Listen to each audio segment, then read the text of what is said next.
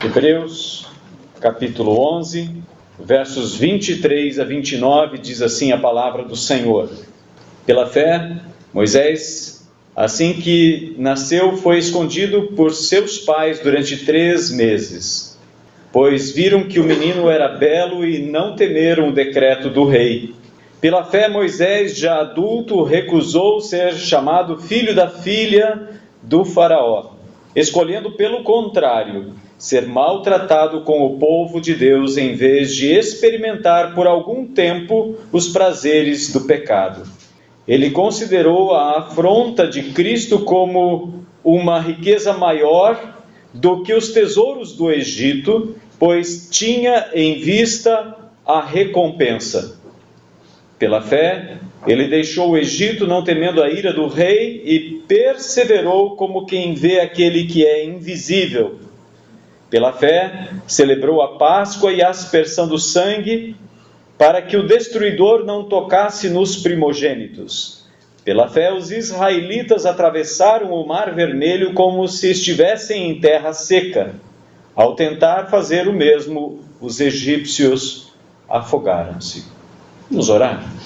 Querido Deus, nos encontramos mais uma vez diante do exemplo deste homem que o Senhor usou, a vida de Moisés, suas experiências, e hoje também trazemos diante de Ti nossas próprias experiências e pedimos que, assim como o Senhor trabalhou na vida de Moisés, o Senhor também trabalhe na nossa vida.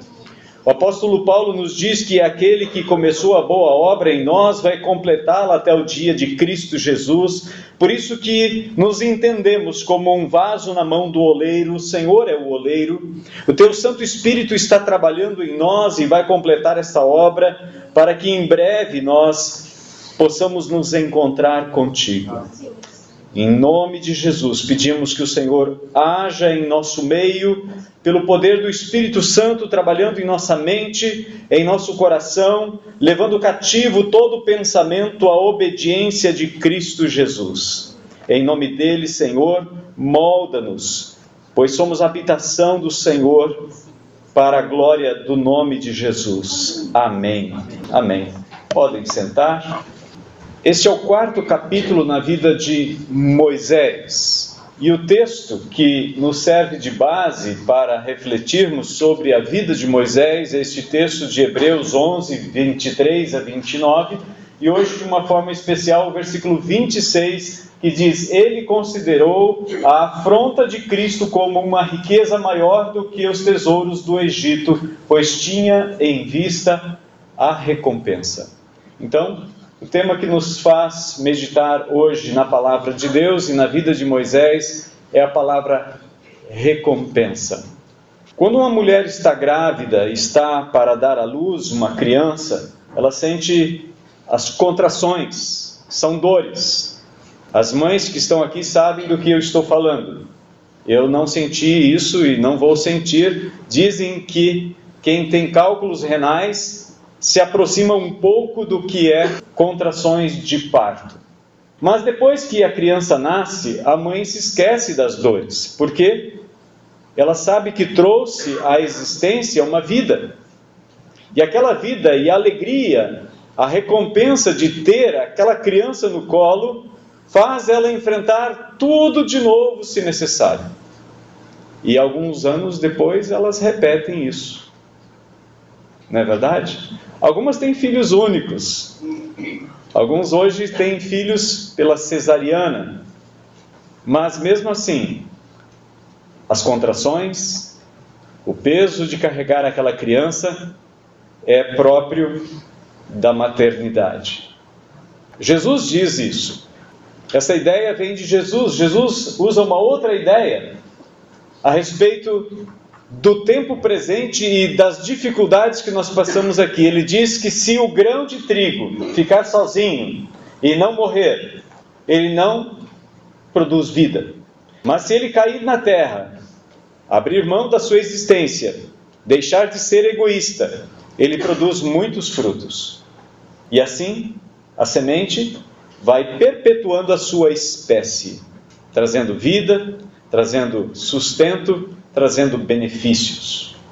Da mesma forma, a recompensa.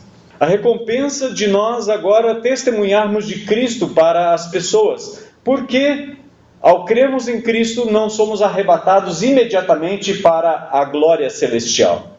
Muito se fala sobre isso e muitas vezes há confusão na mente das pessoas. Um erro comum que nós ouvimos constantemente no país e no mundo que nos cerca é: por que fazermos coisas boas? Quando ouvimos falar sobre a graça de Jesus, a impressão que nos dá é que nós temos que cruzar os braços e não fazermos nada a respeito. Eu fui criado numa igreja que pensava dessa forma, que qualquer boa ação que você fizesse poderia gerar em você uma ideia de que você teria algum mérito diante de Jesus para a salvação. Isso é um erro comum. Chamamos isso de senso comum. A maioria das pessoas pensam assim. Elas estão pensando na salvação. Elas não pensam como pessoas salvas. Pensam apenas como alguém que vai alcançar a possibilidade de entrar e adentrar os portais celestiais, como se os seus méritos pudessem contribuir para isso. Pensar que a recompensa é salvação. Essa é a maneira errada de pensar. E a Bíblia é muito clara a respeito disso, que a salvação é graça de Deus. É um presente que nós não merecemos. Graça, a palavra graça, charis em grego, ela pode ser traduzida como favor não merecido. Um favor imerecido, um favor que nós não merecemos. É um presente de Deus. Paulo chega ao ponto de dizer na sua carta aos Romanos que se fosse por mérito não seria pela graça. E se não é pela graça, já não é mais graça. E perde a graça. Mas a salvação é um presente, uma dádiva que Deus dá a quem crê no Senhor Jesus. A partir do momento em que você crê no Senhor Jesus, você tem a vida eterna. Não é algo que você vai adquirir com o passar do tempo, pelas suas ações, pelas boas ações, pelas suas obras. A semelhança daquele homem ao lado de Jesus na cruz. No mesmo instante, Jesus proclamou o Evangelho para ele: você vai estar comigo hoje mesmo no paraíso. Não quando eu vier, não que você tenha que voltar, nascer de novo, produzir frutos que possam tornar você digno deste acesso à vida eterna. Nós fazemos boas obras não para a salvação, mas porque somos salvos. A motivação para agirmos é a alegria pela salvação e muito mais, a recompensa proposta por Deus a todos os que creem e lhe obedecem. Por que fazemos coisas boas? Longe de nós queremos adquirir o direito de reivindicar diante de Deus a entrada celestial por causa de nossas boas ações. Este é o erro comum que nós vemos no mundo que nos cerca. Muitos dizem então, de que vale? Qual é o motivo então de nós sermos honestos? Qual é o motivo de ser um bom pai, um bom filho? Que recompensa há nisso se a salvação é gratuita? De novo, o pensamento ele se torna circular, ele volta de novo no mesmo ponto. A salvação. Ora, a salvação é graça de Deus. Só que nós precisamos sair desse ciclo vicioso de pensar apenas na salvação como ponto final. Nós precisamos pensar na salvação como ponto de partida. E essa é a boa notícia. É por isso que Jesus disse que é para irmos em todas as nações anunciarmos a boa notícia. A boa notícia de que Deus, o Pai, em Cristo Jesus, cancelou os nossos pecados e pela fé nele nós temos entrada celestial garantida.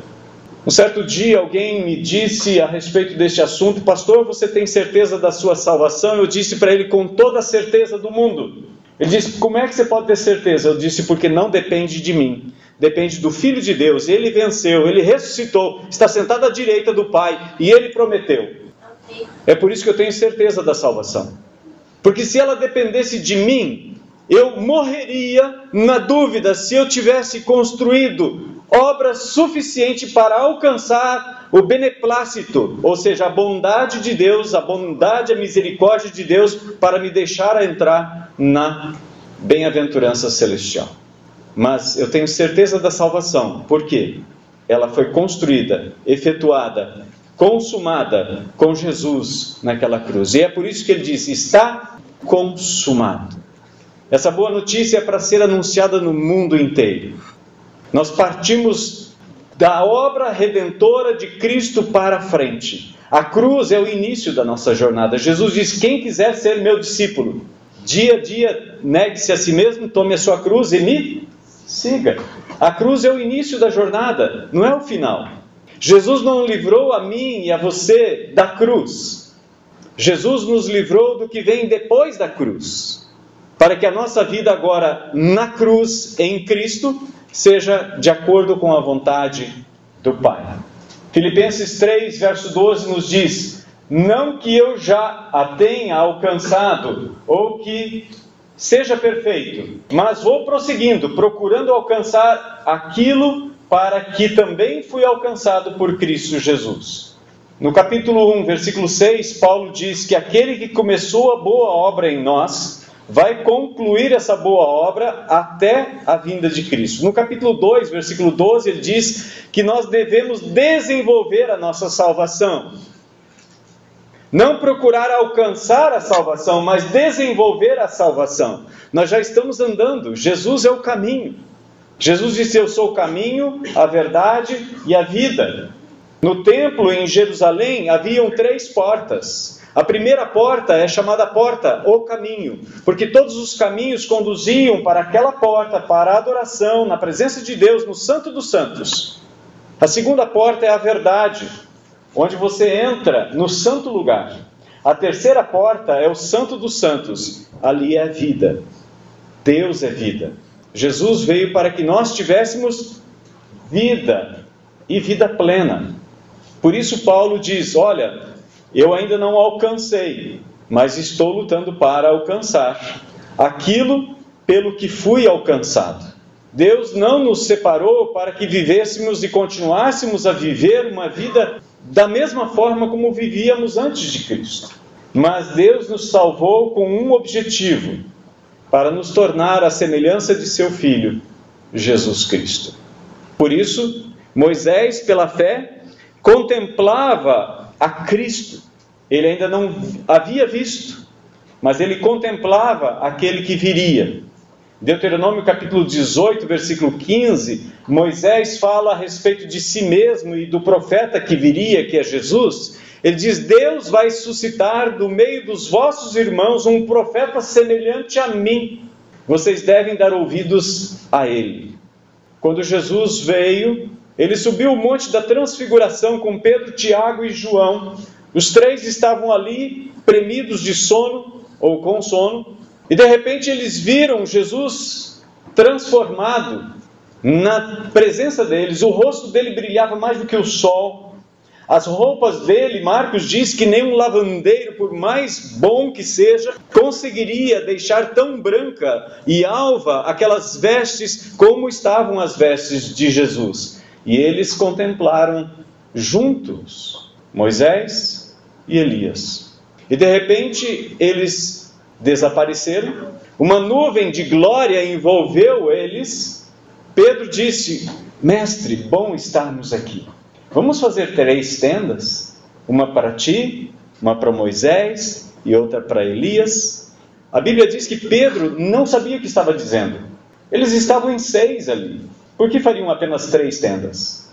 Então se ouviu uma voz do céu que disse, este é o meu filho amado, a ele ouvi. Não é mais o que os profetas disseram, não é mais o que a lei disse. Moisés e Elias simbolizavam a lei e os profetas, mas é aquilo que o meu filho está dizendo, Jesus. E Jesus está trabalhando na minha vida e na sua vida para nos tornar cada dia mais semelhantes a Ele mesmo. Porque quando ele criou a raça humana, a decisão de Deus era criar a raça humana conforme a sua imagem, de acordo com a sua semelhança. E Deus não mudou o seu plano desde Gênesis capítulo 1. Esse é o plano de Deus: nos tornar a imagem e semelhança dele. O inimigo das nossas almas sabe isso muito bem. E ele quer impedir que você se torne cada dia mais semelhante a Cristo. Em 2 Coríntios capítulo 3, versículo 18, nos diz que de glória em glória nós somos transformados na semelhança de Cristo pelo Espírito Santo. O Espírito Santo vai trabalhando na minha vida e na sua vida. Ele é o Consolador, o Parácletos, aquele que veio para caminhar ao lado como conselheiro, para me ajudar e te ajudar a vivermos cada dia mais para glorificar o nome do Senhor. Nós temos aí no texto de Hebreus capítulo 11, não somente no capítulo 11, mas também em todo o livro de Hebreus, algumas recompensas. Sem fé é impossível agradar a Deus, pois é necessário que quem se aproxima de Deus creia que Ele existe e recompensa os que o buscam. Sem fé é impossível agradar a Deus. Há uma recompensa para aqueles que têm fé. Deus puxa a sua fé para cima, para que você cresça cada vez mais. Deus permite e coloca provas e provações para que a sua fé seja fortalecida, para que você cresça cada dia mais. O objetivo de Deus para mim e para você é crescimento. Quando nós cremos no Senhor Jesus, nós nascemos de novo. Jesus disse para Nicodemos: ninguém pode ver o reino dos céus se não nascer de novo. É necessário que você nasça de novo. Mas o nascimento é o começo da história. O crescimento e a fase adulta faz parte também do plano de Deus. Deus não está projetando um céu para um monte de bebês. Deus quer e está preparando um céu com pessoas que se assemelham pela fé ao seu Filho Jesus. No versículo 7 nos diz: pela fé, Noé, temente a Deus, construiu uma arca para a salvação da sua família, quando advertido sobre as coisas que ainda não se viam. Por meio da fé, condenou o mundo e tornou-se herdeiro da justiça segundo a fé. Hoje nós vemos as pessoas brigando por terrenos, por terras, por divisas. Com a atitude de fé de Noé, Noé passou a ser o único proprietário do planeta inteiro. Hoje nós vemos ainda as pessoas lutando, buscando propriedades, mas pela fé, Deus nos dará esse planeta inteiro. Eu creio que Jesus virá novamente em glória e vai reinar nessa terra, porque assim os profetas nos anunciam. E também os apóstolos, nas suas cartas, nos deixam isso tão claro.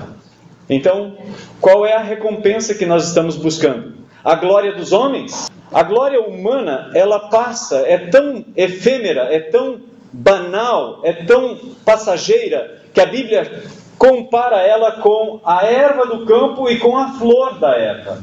Você passa, você vê a flor dificilmente. É tão passageiro a existência da flor, da erva, que se você passar 2 dias sem ir lá, ela já murchou. A erva, comparada pela palavra de Deus, de acordo com Paulo, na sua segunda carta, no capítulo 4, no versículo 16, é comparada com a estação. A estação tem 3 meses, um ano tem 12. Ou seja, a nossa existência é efêmera, ela é passageira. Moisés escreve no Salmo 90 que é como a neblina. É como um breve pensamento. Hoje está presente, amanhã deixou de existir. A quem nós queremos agradar? Muitas vezes nos preocupamos tanto em agradar pessoas, agradar a sociedade. Muitas vezes andamos pensando, mas o que vão pensar de mim? Deveríamos pensar no que Deus pensa de nós. Deveríamos ter em alta conta o agradar a Deus e não aos homens. Paulo tinha isso muito claro na sua mente, na sua carta aos Tessalonicenses. Ele disse: olha, vocês sabem qual foi o nosso ingresso entre vocês, que nós não usamos linguagem de bajulação. Se eu tivesse ainda buscando o favor dos homens, eu teria voltado para o judaísmo, eu teria voltado para lá. O verso 10 nos diz que Abraão, pela fé, ele esperava a cidade que tem fundamentos, da qual Deus é o arquiteto e construtor. Deus disse a Abraão: sai da tua terra, da tua parentela, eu vou te levar para uma terra que eu vou te dar. Abraão foi e morou na terra da promessa, como se estivesse morando na terra de outrem, como estrangeiro, como peregrino. Se quer ler um livro que foi escrito para peregrinos, leia 1 Pedro, que foi escrito para peregrinos, para forasteiros. 1 Pedro todo aborda o fato de que nós somos peregrinos nessa terra. Estamos nos preparando para habitar a eternidade. A gente fala pouco de Sara. E às vezes que é lembrado que Sara riu do que o anjo falou um ano antes de ela dar à luz o risada. Porque o nome Isaac em hebraico é risada. Ela riu. Você também riria. Se você tivesse com 89 anos de idade, já tivesse passado 24 anos da sua regra normal, já tivesse entrado na menopausa, 24 anos antes, e Deus dissesse para você: você vai ser mãe, com certeza você iria rir também. Mas a Bíblia nos diz que ela teve fé. Pela fé, até a própria Sara, que era estéril, de idade avançada, concebeu aos 89 anos e deu à luz aos 90. O poder de conceber um filho, pois considerou fiel aquele que lhe havia feito a promessa. Portanto, também de um homem já sem vigor físico nasceu uma descendência tão numerosa quanto as estrelas do céu e incontável como a areia do mar. Que é o povo de Israel. Saiu dali. Porque Deus é poderoso para fazer com que até mesmo uma pessoa com 100 anos seja pai. Uma mulher com 90 anos seja mãe. Sem acompanhamento médico, sem cesariana, sem ginecologista, obstetra, sem nenhum plano de saúde. Verso 13 em diante do capítulo 11 diz: todos esses morreram mantendo a fé sem ter recebido as promessas, mas tendo-as visto e acolhendo-as de longe, declararam ser estrangeiros e peregrinos na terra. Os que dizem tais coisas mostram que estão buscando uma pátria. E se estivessem se lembrando da pátria de onde saíram, teriam oportunidade de voltar. Mas agora almejam uma pátria melhor, isto é, a celestial. Por isso também Deus não se envergonha deles, nem de ser chamado de seu Deus, porque já lhes preparou uma cidade. O Antigo Testamento, no capítulo 10 de Hebreus, se você voltar uma página, talvez, na sua Bíblia, você vai ver no verso 1, ora, sendo a lei sombra dos bens futuros e não a imagem exata das coisas boas, jamais pode aperfeiçoar os que vêm apresentar suas ofertas por meio dos mesmos sacrifícios que continuamente se oferecem de ano em ano. O autor do livro aos Hebreus diz que o Antigo Testamento, a lei, tudo que aconteceu com o povo de Israel era sombra. Eram exemplos para que nós entendêssemos a realidade. Paulo escreve isso aos Colossenses. Ele diz que a lei era sombra. A realidade é Cristo. Hebreus 12, verso 2. Olhando firmemente para o autor e consumador da fé, Jesus, o qual em troca da alegria que lhe estava proposta, suportou a cruz, não fazendo caso da ignomínia, ou seja, da vergonha, e está sentado à destra do trono de Deus. Hebreus 12, verso 2. Muitas vezes nós vemos Jesus apenas no seu sofrimento, na sua dor, mas nós não olhamos para dentro dele. E esse texto nos abre uma janela para olharmos para dentro de Jesus e vermos que ele tinha uma esperança. Ele passou por aquele sofrimento, ele sabia o que o aguardava depois. Nós passamos por sofrimentos e pensamos que vamos morrer ali. É como se o mundo tivesse terminado. E muitas das nossas orações, se fossem bem honestas, nós diríamos a Deus: Senhor, me mata, porque eu não aguento mais. Não é alguma das suas orações também esta? O sofrimento do tempo presente não dá para comparar com a glória que vai ser revelada, Paulo disse, tanto em Romanos 8:18, como em 2 Coríntios 4:16 a 18. Não dá para comparar, é incomparável. Pedro diz que é uma coroa imarcessível, que não murcha, imensurável, que não dá para medir. Há uma diferença tão grande entre o sofrimento que nós passamos aqui e aquilo que vai se revelar, que não dá para comparar. Não existe parâmetros para comparar. Paulo tentou comparar um pouquinho com a semente. Ele diz: quando você lança a semente na terra, não é a planta que será. Se você lança uma semente de milho ou de trigo, a semente é totalmente diferente da planta que nasce depois. Se é que dá para comparar um pouquinho, Paulo então usa a semente como comparativo.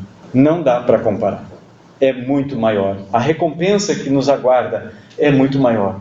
Então, por que testemunhar? Por que abrir mão das coisas? Porque é uma recompensa. E precisamos pensar na recompensa, porque a palavra de Deus nos dá a diretriz deste princípio. Nós fazemos boas obras, sim, não para ganhar a salvação, mas porque somos salvos. Porque temos a esperança da vida eterna e de que nós vamos receber a recompensa daquilo que nós estamos investindo hoje. Seria negligência minha e sua pensarmos diferentes. Diferente do que Paulo escreveu, diferente do que Pedro escreveu, diferente do que Jesus falou. Em 2009, quando eu fiz essa série de conferências no Retiro da Terceira Idade, alguns pensaram que eu estava ensinando salvação pelas obras. Como é difícil as pessoas saírem do vício de pensamento de que no final da vida eles vão adentrar o céu por méritos. Esquecem que o começo da caminhada é porque nós fomos salvos. Esquecem que há uma recompensa que Deus prometeu em Cristo Jesus. Hebreus 11:26. Moisés olhava pela fé a recompensa. É isso que a palavra de Deus me diz. É isso que ela te diz. Moisés lutou porque havia uma recompensa. Gênesis capítulo 15, versículos 5 e 6, nos diz, quando Deus chamou Abraão, ele é conhecido por causa deste texto como o pai da fé. O versículo 5 nos diz: então o levou para fora e disse: olha agora para o céu e conta as estrelas, se é que consegues contá-las. E acrescentou: assim será a tua descendência. Desde a minha mais tenra infância, meu pai foi meu professor de escola bíblica dominical, e ele lia a Bíblia todos os dias na minha casa, e ele contava as histórias bíblicas. Nós tínhamos um livro de história bíblica, onde tinha apenas uma gravura sem muita coloração, não era tão colorido como vocês têm o privilégio hoje de ter livros com tantas cores e desenhos. Eu me lembro daquele livro como se fosse ontem, eu folheando ele. E então, neste texto, a lição mostrava Abraão do lado de fora da sua barraca, olhando para o céu estrelado. E infelizmente esta visão distorcida da palavra de Deus, que é plantada na minha mente, na sua mente, vai perpetuando com o passar dos anos, e nós cremos dessa forma. Era de dia ou era de noite quando Deus chamou Abraão para sair da sua barraca? Quantos aprenderam que era de noite? Levante a mão. Quantos aprenderam que era de dia? Ninguém. Ali. Pelo menos uma pessoa. Glória a Deus. Era de dia. O texto diz. E Deus disse para ele: se é que podes contá-la, porque ele não podia ver as estrelas. E Abraão creu no Senhor, e o Senhor atribuiu-lhe isso como justiça. Essa é a justiça imputada. Depende do texto, ao meio da revista atualizada, diz que Deus lhe imputou como justiça. Abraão sabia que as estrelas estavam lá, mas ele não enxergava as estrelas. Mas ele sabia que era verdade. E Deus pergunta para ele: você pode contar? Se fosse de noite, ele poderia até arriscar: bom, eu vou fazer um quadrante aqui, pelo menos um pouco eu consigo contar. A pergunta de Deus para Abraão é a impossibilidade de contar que estava presente. Então no versículo 12, olha só o que acontece. Ao pôr do sol, depois de lhe oferecer sacrifícios, um bezerro de 3 anos, um cabrito de 3 anos e 2 pombinhas, ele matou os animais, cortou eles no meio. As pombinhas ele simplesmente sacrificou. As aves de rapina vieram para se alimentar dos animais, e a Bíblia diz que Abraão precisou afugentá-las, e caiu densas trevas e um sono pesado sobre Abraão, e Deus veio falar com ele. Ao pôr do sol caiu um profundo sono sobre Abraão, e sobre ele vieram grande pavor e densas trevas. Ou seja, quando Deus mandou Abraão sair de dentro da barraca, era dia claro. Ele não podia ver as estrelas. Às vezes a gente lê a palavra e está tão claro, nítido na frente da gente, e a gente não consegue entender, porque fomos ensinados de uma forma, e isso formatou a nossa mente, e nós partimos para dentro do texto da Bíblia com aquela instrução que nós recebemos e passamos a ler o que nós queremos. Isso não é exegese. A palavra exegese é tirar do texto para fora. Exegese é para dentro do texto. E nós muitas vezes queremos entrar no texto bíblico com o nosso conhecimento, passando a critério de nosso conhecimento aquilo que Deus disse. Olha só o que Hebreus 11:1 fala. Vamos ler juntos? A fé é a garantia do que se espera e a prova do que não se vê. Abraão sabia que as estrelas estavam lá, mas ele não podia ver. Então Abraão entendeu: eu vou ter uma grande descendência, eu ainda não estou enxergando elas, mas elas vão vir. A minha descendência será como a areia do mar, será como as estrelas dos céus. Deus disse, eu ainda não consigo ver, mas eu tomo pela fé, porque Deus disse. Fé é confiança na palavra de Deus. Quem disse que você vai ter recompensa por ser um bom marido, uma boa esposa, um bom filho, um bom funcionário, um bom patrão, um bom cidadão, uma pessoa honesta? A recompensa, quem promete é Deus. É Deus quem promete a recompensa para você. Moisés enfrentou o que enfrentou porque ele tinha em vista a recompensa. Jesus enfrentou aquela cruz, ele enfrentou a própria morte, mas ele sabia da recompensa. Ele havia avisado os seus discípulos: eu vou ser maltratado, crucificado, vou morrer e 3 dias depois eu vou ressuscitar. João 14, verso 1, quando Jesus estava naquela última noite com seus discípulos, ele disse: olha, eu estou indo, é melhor que eu vá. Na casa de meu pai tem muitas moradas, eu vou preparar lugar para vocês, e depois de pronto eu vou voltar. É promessa de Deus. Esse lar celestial é seu, pela fé. O meu justo viverá pela fé. O capítulo 10, se você voltar talvez uma página, você vai ver essa palavra ali repetida de novo.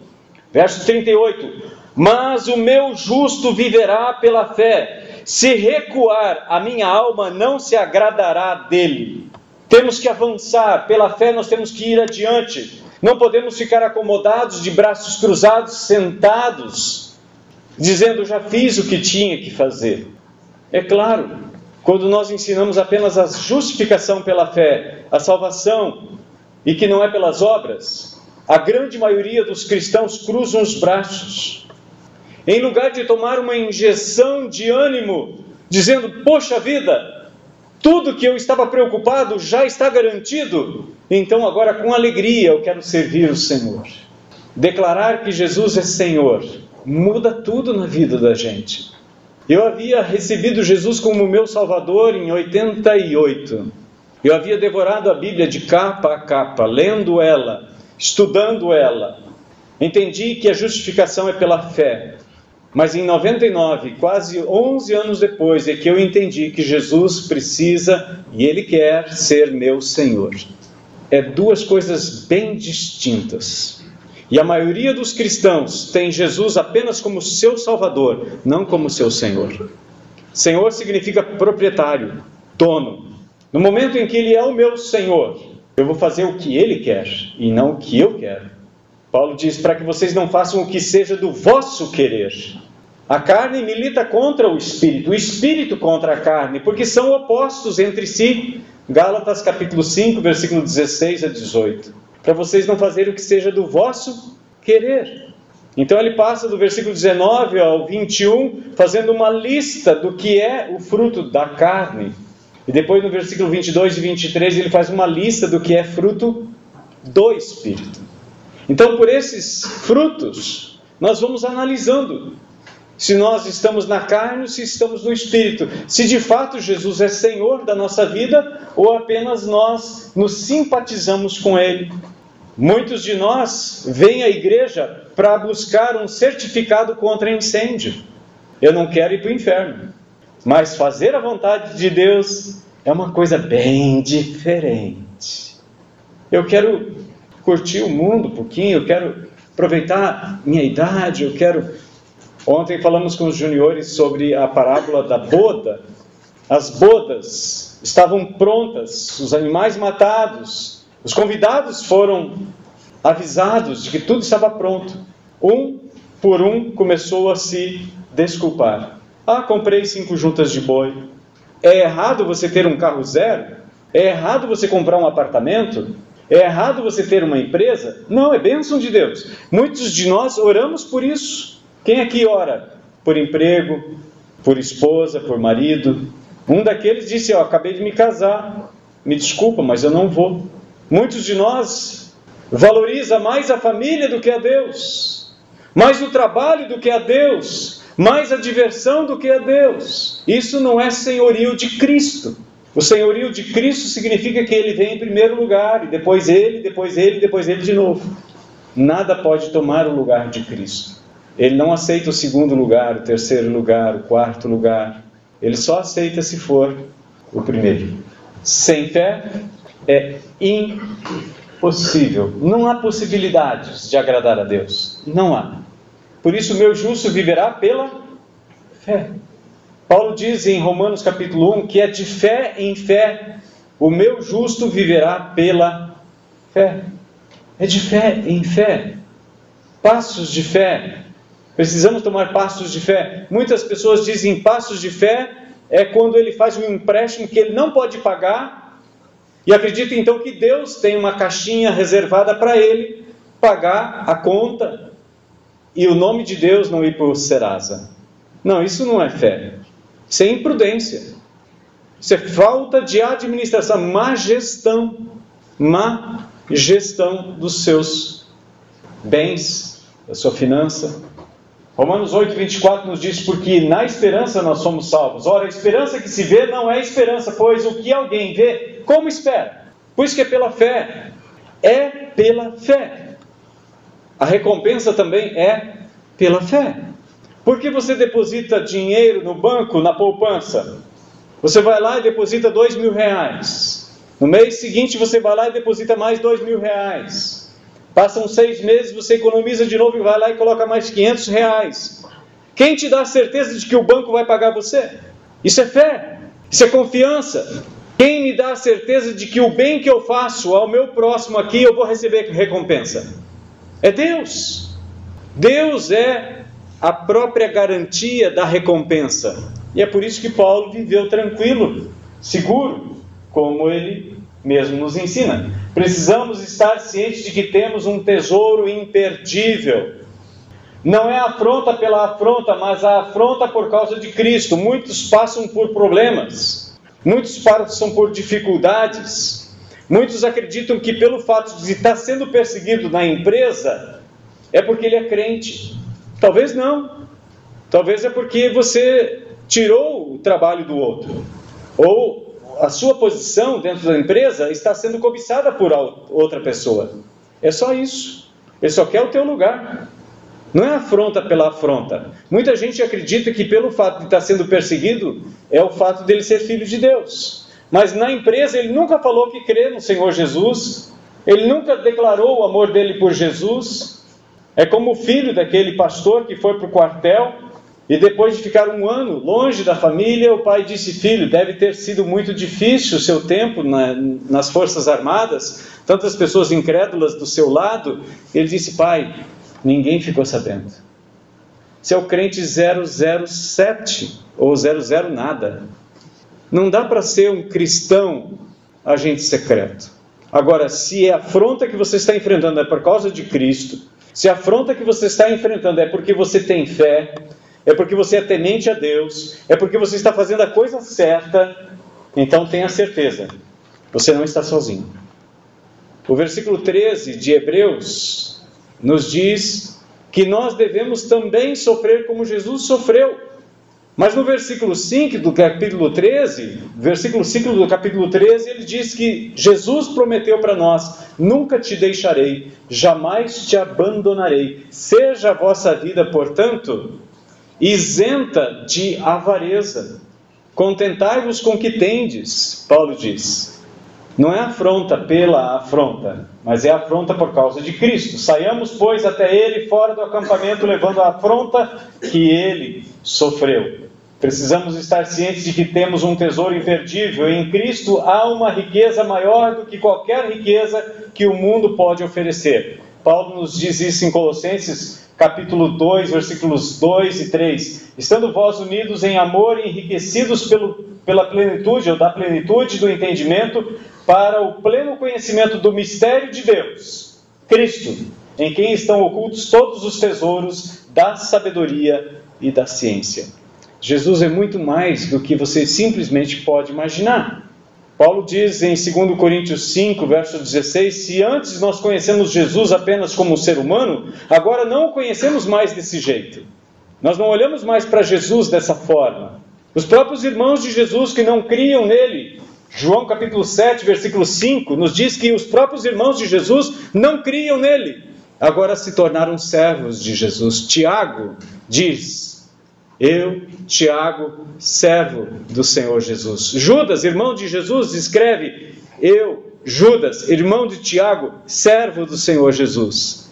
Eles entenderam o senhorio de Jesus sobre a vida deles. Eles entenderam quem é Jesus. Enquanto ele caminhava entre os homens, a confusão era muito grande, a tal ponto que na própria vila onde ele foi criado, Nazaré, eles zombaram, não creram. E a Bíblia nos diz que ele não pôde fazer ali nenhum milagre por causa da incredulidade deles. Se você não tem fé, Deus não vai fazer milagres nenhum na sua vida. Porque é de fé em fé, e é pela fé. E sem fé é impossível agradar a Deus. Terceiro lugar, precisamos estar cientes de que temos um tesouro imperdível. Em Cristo a recompensa é garantida, pois Ele prometeu. Olha só. Não ajunteis tesouros na terra, onde traça e ferrugem os consomem, e os ladrões invadem e roubam. Mas ajuntai tesouros no céu, onde nem a traça, nem a ferrugem os consomem, e os ladrões não invadem nem roubam. Porque onde estiver o teu tesouro, aí estará também o teu coração. Que adianta o homem ganhar o mundo inteiro e perder-se ou prejudicar a si mesmo? Lucas 9, 25. E no 11:15 ele diz: a vida de um homem não consiste na grande quantidade de coisas que ele possui. E ele diz mais, Lucas 12, 21. Assim é aquele que ajunta tesouros para si, mas não é rico diante de Deus. Ele está falando daquele homem que tinha um celeiro muito grande, era muito abastado, muito rico, e as suas terras produziram mais. Ele aumentou o seu capital, e naquela noite, quando tudo estava recolhido, tudo estava pronto, ele faleceu. Jesus disse: é assim com aquele que pensa apenas nas riquezas deste mundo. Lucas 12, 32 a 34 diz: não temas, ó pequenino rebanho, porque é do agrado do vosso Pai dar-vos o reino. Nós já começamos a orar: venha o teu reino, pela fé. Nós sabemos que ele é real. como Abraão, que não podia ver as estrelas, mas ele sabia que elas estavam lá. O reino de Deus é tão real quanto aquelas estrelas. Mas pela fé, nós já podemos tomar posse do reino prometido. Vendei vossos bens e dai esmolas, fazei bolsas que não envelheçam, tesouro no céu, que jamais acabe, onde o ladrão não chega e a traça não destrói, porque onde estiver o vosso tesouro, ali ou aí estará também o vosso coração. Mateus 6, 21 e Lucas 12, 34 diz, porque onde estiver o teu tesouro, aí estará também o teu coração. Aí a gente precisa entender alguma coisa sobre o que Jesus está dizendo. A grande questão é que o coração segue o tesouro. Não é o tesouro que segue o coração, é o coração que segue o tesouro. Se o teu tesouro for bens materiais, o teu coração vai pensar apenas nos bens materiais. Se o teu tesouro é o reino celestial, então a sua mente e tudo que gira em torno de você vai focar no reino celestial. E no teu coração não haverá outra semente, senão a semente do reino. Então você vai poder produzir. Dos 4 terrenos que Jesus fala em Lucas capítulo 8, os 3 primeiros não produzem. O primeiro não chega nem a germinar, o segundo morre logo. Quando a primeira perseguição acontece, ele abandona o caminho do Senhor. O terceiro terreno brota, cresce, até produz fruto, mas não amadurece. Ele não se reproduz. O fruto não amadurece. Para que a semente no fruto seja madura para nascer de novo, ela precisa amadurecer. Se você cortar o milho quando ele está verde, ele não brota. Se você cortar o trigo quando está verde, ele não vai brotar. A semente toda está lá, mas não está madura. Porque 3 coisas estão envolvidas no terceiro terreno. E na minha opinião, mais de 90% dos cristãos no mundo hoje estão no terceiro terreno. Aqueles que abandonaram a fé já estão lá fora, é segundo terreno. Mas aqueles que estão, as preocupações, o trabalho e o lazer, têm tirado toda a energia e o coração dos homens estão voltados mais para o seu tesouro do que para o reino dos céus. Paulo diz, por esta razão sofro também essas coisas, mas não me envergonho, porque eu sei em quem tenho crido. Estou certo de que Ele é poderoso para guardar o meu tesouro até aquele dia. Você pode depositar no banco celestial. E é isso que Jesus aconselha a gente a fazer. Construir um tesouro no céu. Mas nós voltamos de novo à estaca zero. E começamos a lutar buscando para ver se a gente vai se salvar. Voltamos ao velho trilho do pensamento de quem não é salvo e passamos a buscar métodos, jeitos, atitudes que possam agradar a Deus para ver se Ele vai olhar para nós com benevolência e no último dia nos salvar. Nos esquecemos de que nós somos salvos e fomos salvos quando entregamos a nossa vida de fato ao Senhor da glória e passamos a construir um tesouro celestial. E a recompensa virá, porque Deus é fiel. Hebreus 12, 26. Ele estava com vistas à recompensa. A palavra recompensa é pagamento de salário devido. É recompensa. É por isso que muitas pessoas dizem, então de que adianta eu ser uma pessoa honesta? De que adianta eu ser bom? De que adianta eu fazer tudo que é certo? Se no final todo mundo vai ser salvo? De novo o pensamento de que a salvação são méritos que eu adquiri. A Bíblia fala de salvação pela graça. Pela graça sois salvos mediante a fé. E a fé precisa ser exercitada. Não é uma fé morta, é uma fé viva. Tiago, irmão de Jesus, disse isso muito bem. Me mostra a sua fé sem as ações. Eu com minhas ações vou mostrar a minha fé. Crer que Deus existe? Os demônios creem. Isso é fé de demônios. Crer que Deus existe não salva ninguém. Nós gastamos e perdemos o nosso tempo tentando convencer as pessoas de que Deus existe. Deus não entra em crise se o homem não crê que Ele existe. Precisamos tirar isso de lado e começarmos a viver uma vida que agrada a Deus. E então, pessoas serão acrescentadas pelo próprio Deus, porque não somos nós que faremos eles nascer, mas é o poder do Espírito Santo quem faz nascer, ser gerado de novo. Portanto, também nós, rodeados de tão grande nuvem de testemunhas, depois de eliminar tudo que nos impede de prosseguir e o pecado que nos assedia, corramos com perseverança a corrida que nos está proposta.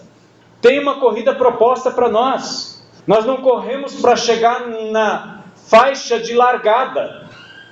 Quando cremos em Cristo, nós já demos a largada. Temos uma corrida pela frente. Não corremos para sermos salvos. Corremos porque somos salvos. Não fazemos coisas corretas porque queremos almejar a salvação. Fazemos coisas corretas e devemos viver de maneira correta porque é o nome de Deus que está na sua boca e na sua vida. E se eu envergonhar os meus pais, é o nome da minha família que está sendo envergonhado. E se eu agir de maneira incorreta, é o nome de Deus que está sendo difamado. Então eu não vou correr para a largada. Eu vou correr porque já foi dado a largada. Apocalipse 22:12, Jesus diz: venho em breve e trago a recompensa, recompensas e punições, com a qual retribuirei a cada um segundo a sua obra. Eu não sei se você tem corrido, se você entendeu, mas eu creio que Deus tem para a sua vida uma corrida de sucesso. Porque na corrida da fé, não é quem chega primeiro, é quem não desiste. Vamos nos colocar em pé e vamos orar ao Senhor. O Ministério de Louvor vai nos conduzir nessa última canção. E se Jesus mudou mesmo a sua vida, eu quero que você cante com toda a sua força. Se você crê nisso, alguém já disse que nós somos os maiores mentirosos na hora que cantamos. É fácil cantar. É fácil pronunciar uma frase, empolgados com a beleza da melodia, mas se nós não estivermos de fato imbuídos, interessados, engajados de fazer aquilo que nós cantamos, então é melhor não cantar. É um pecado a menos que nós fazemos. Deus chamou você porque Ele tem uma recompensa grandiosa para dar para você. Amém.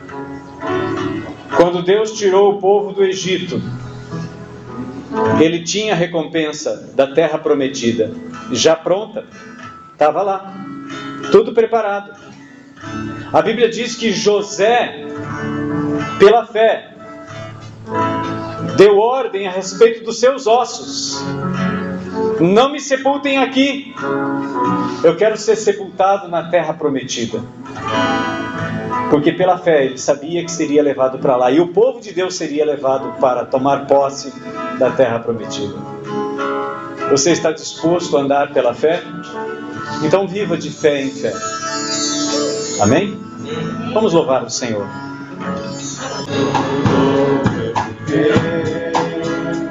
Jesus Cristo mudou meu viver, é a luz que ilumina meu ser. Sim, Jesus Cristo mudou meu viver. Diferente hoje é o meu coração, diferente hoje é o meu coração. Cristo deu-me paz e perdão. Sim, diferente hoje é o meu coração.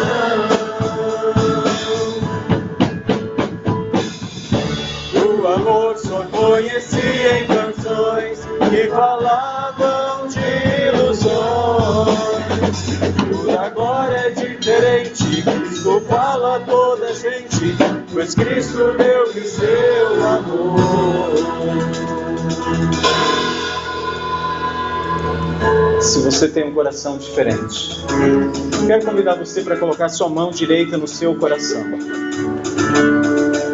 Se você reconhece que aquele que fez a promessa é fiel, se você reconhece que o que Jesus promete para nós, Ele vai cumprir, que Deus é fiel, que o seu tesouro e tudo aquilo que você já tem feito aqui está bem guardado, e você receberá das mãos do Senhor tudo que você está semeando hoje.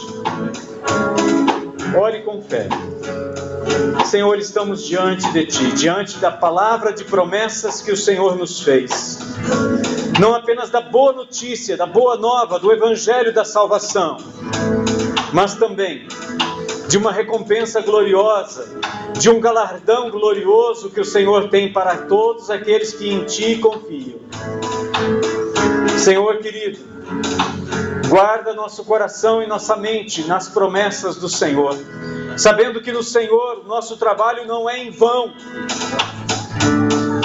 sabendo que no Senhor nós temos segurança e confiança, sabendo que no Senhor nós teremos vida eterna, que já nos está garantida, porque a salvação já foi nos proposta e já foi recebida por todos aqueles que creem no Senhor Jesus.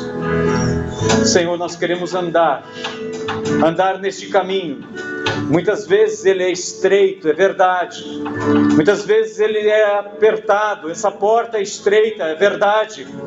Mas há uma recompensa, há uma promessa de recompensa das tuas mãos a todo aquele que não desiste.